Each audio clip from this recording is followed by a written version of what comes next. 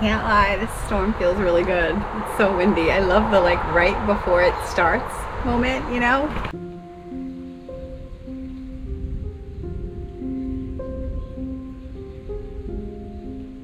I don't know if I can remember a time when I've seen so many thunderstorms just in 1 week. It feels like some of these days it's just thundering all day long. But then we get these beautiful clouds that pop out, and so much growth is happening here because of it.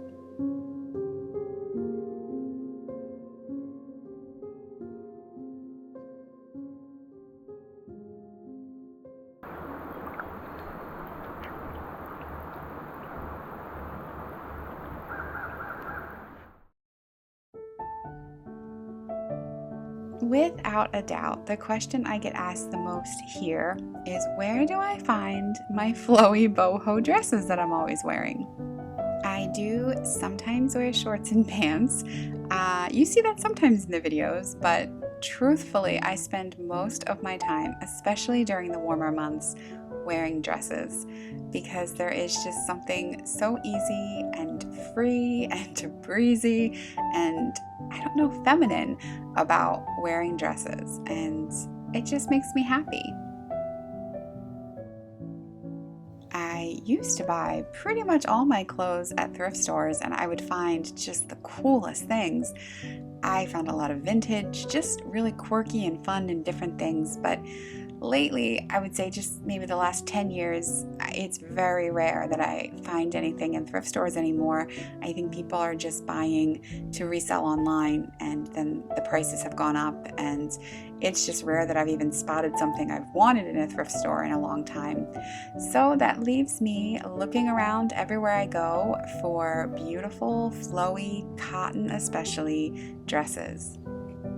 I think as women, we sometimes each have our own little thing that makes us happy. Maybe it's a certain kind of makeup that we like to spend money on, or hair products, or going to the gym, or just certain things that we invest in that make us feel good and look good. For me, none of those things are really too exciting, but dresses are exciting to me, so I'm willing to invest the money in them. And if I'm ever wearing something in a video that I know is still available in a store somewhere, I will be 100% sure to share that information with you. Since so many people here love boho dresses like me, I thought it might be fun to share a little shoot I'm doing with myself for a company called Tulle and Batiste. I'm going to photograph a couple of their beautiful dresses. Well, no, that's frustrating. I'm only 10 minutes from the cottage, but it was sunny today, finally the sun was out. And then the clouds came and it started raining, and I was like, oh, perfect, because I have this vision for this particular dress of being in the rain, like dancing in the rain in the dress, and I wanted it to be in this beautiful location. Like, I just wanted to see all kinds of beautiful green grass and rain, and I get here and there's no rain. In fact, the sun's coming out, but it's not like the kind of sun coming out where you're gonna get a rainbow. So, oh, how come it rains when you don't want it to, and when you want it to rain, it doesn't rain? That's a metaphor for life for sure. I quickly realized this was not going to work, but since I was there, I decided that I would get a really cool picture with this big open space behind me. I stood still for the video and allowed the video to roll. And then from the video, I took this photo out of the video. And of course, because it's from the video, it's not the best quality, but that's okay, because I knew in my mind I wanted to create something like this. The other dress I have to photograph for them is this beautiful yellow color that I thought would be amazing looking if I was walking into the river, especially at sunrise. So that was my plan for the next day, to get up early and do that. But I'm glad I checked the weather report, because the air quality alert came back. And unfortunately, all the smoke from Canada has rolled back down here. And I think I saw it's covering 23 states right now, which is unbelievable. But it was unfortunately not the right day to go out and photograph. As a creative, I find it sometimes really difficult when I have an idea, but I can't execute it for one reason or another. So the weather has been foiling my plans left and right, but that's okay because eventually I'm going to get these photos shot and they're going to be pretty. Despite the smoky weather, I headed up to Kingston to do a quick photo shoot for Karina dresses, which is always such a fun time. Not here to judge, just to take the pictures. I want those hands in the pockets, and I want you to just be you. A little bit of movement is always good, so you're doing perfect. You can walk right towards me with a little sachet. Just lots of little movements. It's perfect. Get it, get it. I gotta get these boots. Woo! Oh, look at that fun! For Karina, her pictures are always going to be fun and full of life, and so I found that if I bring fun and an attitude that's just full of life, that really helps the models to do the same thing. It brings it out of them. So it's so much fun. But then I get home and I need a few minutes in my quiet little space with my little Charlie. What you up to, little man? Hey, buddy. What you doing? You being a good boy? You being a good boy? You know what you have to do next week? You have to go to the vet. Yeah. You're going to have to get a vaccine. I know. I was trying to remember when it was that I started wearing dresses because I didn't used to always wear dresses. Like I definitely wore them sometimes, but it wasn't like my main thing that I wore. And when I think about it, yeah, I can't come up with the exact date, but at some point, what's the matter? I'm talking about dresses. I'm not talking about you. But at some point, basically, what, buddy? You want to talk to people? You want to say hi? Yeah. Charlie's been home alone most of today. So he wants me to pay attention to him. He's sitting on my lap. I mean, that's pretty good, right, buddy? Isn't that enough? Isn't that enough? But yeah, I used to buy all my dresses in thrift stores, and I had this like massive obsession with all things vintage dresses, and especially polyester. And I acquired so many dresses that I lived in a 3-bedroom townhouse. One of the bedrooms had this huge wall-to-wall like closet, and wall-to-wall closet, is that the right way to say it? I don't know, but it was a very long, wide closet. And I had literally, I forget how many, it was hundreds of polyester dresses, vintage dresses, mainly from like the 70s, some from the 60s, but just bright, crazy colors. And I had this thing with polyester where I was like, you can get a size 2 and stretch it, or you can get a size 22 and belt it. It doesn't really matter. And back then, thrift stores were cheap. So, I mean, some of the dresses would be like 25 cents, 50 cents. And this isn't even that long ago because they would be like $3, but then the half off color would take it down to, you know, really cheap. So I had this huge collection. And then I was moving to New York from Delaware, and I decided that I had to get rid of things. And so I sold the whole collection of polyester to a really, really cool lady in Delaware who used to have a vintage clothing shop. So she bought the whole collection, and don't know what happened with it. Hopefully she sold it out to really fun people. But meanwhile, while I had all those dresses, at one point DuPont, which is the maker of polyester, had put out a request in a paper saying they were having some kind of celebration, one of their anniversaries, and was there anyone who loved polyester? Which, what a weird thing to go out and ask the public, but they did. And I think it was my mom who forwarded me the request, and I contacted the writer and said, well, I love polyester. I have a whole entire closet of polyester dresses, and I even dress up my dog in polyester dresses that I make because I had a little girl chihuahua named Bella. So he very promptly sent out a photographer, and I thought this little story would be on like the little back section of a Thursday paper, but it ended up being on the front page of either Saturday or Sunday, I can't remember. And it was a little embarrassing and a little funny, and just now it's just funny that I have it's okay. It's okay. You want attention. I know. Say hi. Say hi to everybody. They're all your friends. Yeah, I know. I only have like maybe 3 polyester dresses left, but I do have this beauty. the one that was on the paper cover that I was wearing on the paper cover. It is such a fun dress. Like, it's just so bright. You can't miss me when I'm wearing it. It's probably from, I don't know if it's 60s or 70s, but it's definitely old. It's definitely quite the color.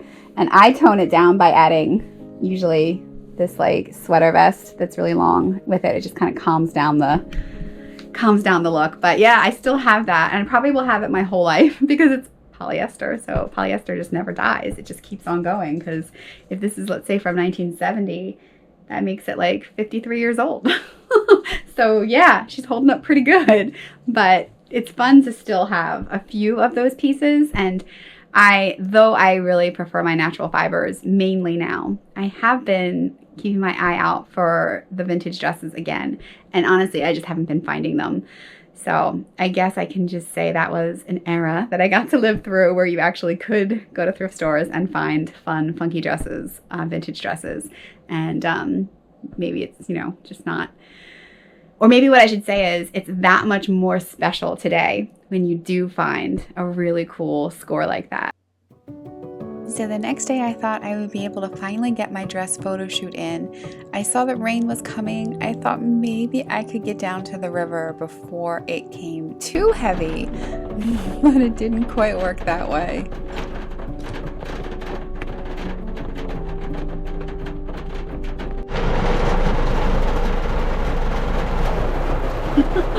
Well, I'm all dressed up in the beautiful, beautiful mustard colored dress, and it's pouring. I wanted it to be just like sprinkling rain, because the moment I go out, I'm going to be drenched, and it's just going to look like a wet rag doll instead of like someone in this beautiful rain, which is my vision. But I'm hoping it's going to pass. There's thunderstorms coming in, so maybe there'll be like a little moment where it'll just kind of slow down. But crazily enough, this is the Hudson Valley for you. There's still people all over the place despite the storm. It's July 3rd, and that means it's 4th of July vacation time. So of course everybody comes to this area during that time. So the only way I thought I could possibly be in the river with a serene shot is if it was around the storm. And even with the storm, I'm still not the only one here. But I'm just hoping. Oh, there's lightning. It's a good thing I wasn't already out there. And there's no cell service here, so I can't check to see if this is leaving soon. And there's the thunder. There's like only one big group left, and I'm really hoping that they'll just decide to get up and leave. But I feel like they're gonna hold out. I feel like they're not going anywhere. Okay, back in the other dress. So I'm gonna try this dress for my rain now that the rain's stopping, and I'm just gonna have to come back tomorrow morning at sunrise to do the yellow dress, because I know it's gonna be so pretty in the river. But yeah, it's just way too crowded with all the people. So sunrise it is. I should have just done it this morning, but I'll do it tomorrow. Just a few miles up the road, high atop the river, is this incredible lookout spot. Holy cow! I mean, who cares about me? Look at this!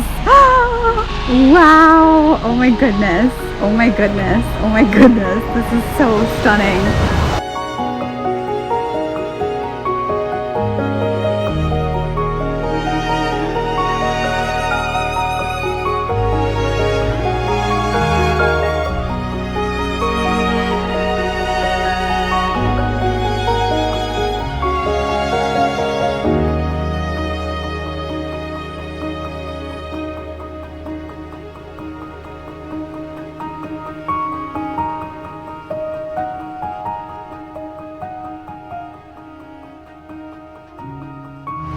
It's supposed to be me with the dress.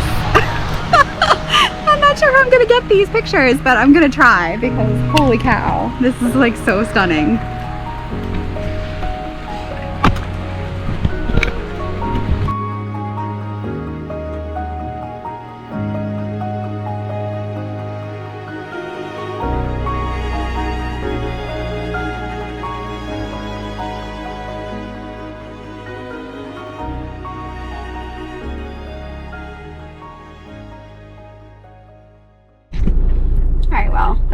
That was a little hard, I'm gonna be honest. I haven't done selfies in a very long time, and without the remote trigger, boy, that's really hard.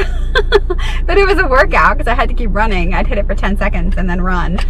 And the part that's frustrating is if I was photographing someone else right now, I'd be able to do such an amazing job. But on myself, yeah, I have a lot of respect for people who are really good at doing pictures of themselves, because I need to stand back and look at the whole scene in order to get the model where I want her. Without being able to do that, it's really hard. So I don't know if I got anything. Watching these people float down the river makes me want to do the same thing because it is really hot and humid. And that looks kind of amazing right now.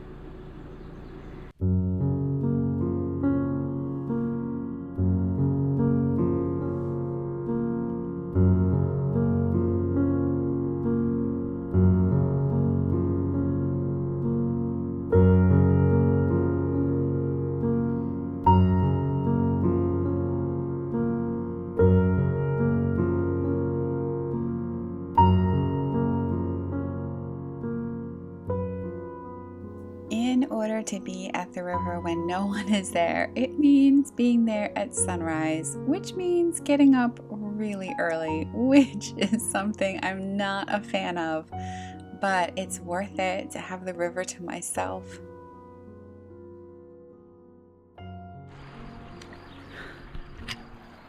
It's not as pretty as it was the other day. When I was driving out here, the fog was incredible. And then I got here and there's no fog, but there's also no people. So here we go. And once again, I forgot my remote shutter release. So it meant I had to run back and forth over the rocks. And honestly, I was getting so frustrated because I had this vision in my head of something so serene and it just wasn't working. And I was getting frustrated for sure. After about 30 minutes of back and forth, I just took a little break, knowing full well that at any moment people were going to start arriving because, of course, people like to fish here and they're usually up at the sunrise, but thanks to it being so early, they weren't here.